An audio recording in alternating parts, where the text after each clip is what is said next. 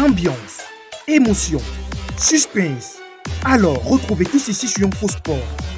Abonnez-vous et activez la cloche de notification pour ne rien rater prochainement. Pendant que vous regardez et écoutez cette vidéo dans cette chaîne sportive, likez, abonnez-vous et partagez à vos proches. Sporting Portugal, Arsenal, un nul heureux pour Arsenal. Ligue Europa 2022 à 2023, huitième de finale, Arsenal tenu en échec au Portugal par le Sporting au terme d'un match équilibré. Arsenal se contente d'un nul, 2-2. D'abord dominateur, les Gunners ont vu le Sporting se rebeller pour prendre l'avantage, avant que le sort ne leur soit favorable, avec une égalisation sur un but contre son camp de Morita. Tout se jouera la semaine prochaine à Londres.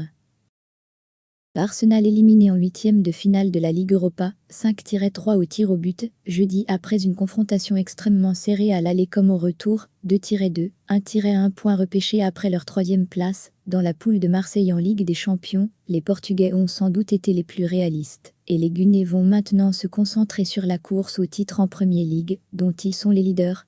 Avec Bukayo Saka et Martin Odegaard sur le banc au coup d'envoi, les Londoniens ont rarement semblé totalement maîtriser le match, même en menant 1-0. Les blessures assez tôt dans le match du japonais Takehiro Tomiyasu, 9e, et surtout de William Saliba, 21e, qui semblait souffrir du dos, ont peut-être pesé sur le moral. Granit Xhaka et Arsenal ne triompheront pas cette saison en Europe. Les Gunners ont été éliminés au tir au but par le Sporting en huitième de finale de l'Europa League. Les Portugais se sont imposés 5-3 lors de cette séance. Le gardien Antonio Adam a arrêté la frappe de Gabriel Martinelli, le quatrième frappeur des Londoniens.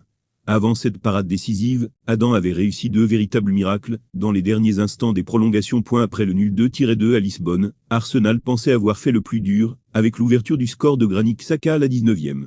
Le capitaine de l'équipe de Suisse avait surgi sur un renvoi d'Adam après une frappe de Martinelli. Seulement, le Sporting égalisa à la 62e sur un lob de plus de 40 mètres de Pedro Gonçalves.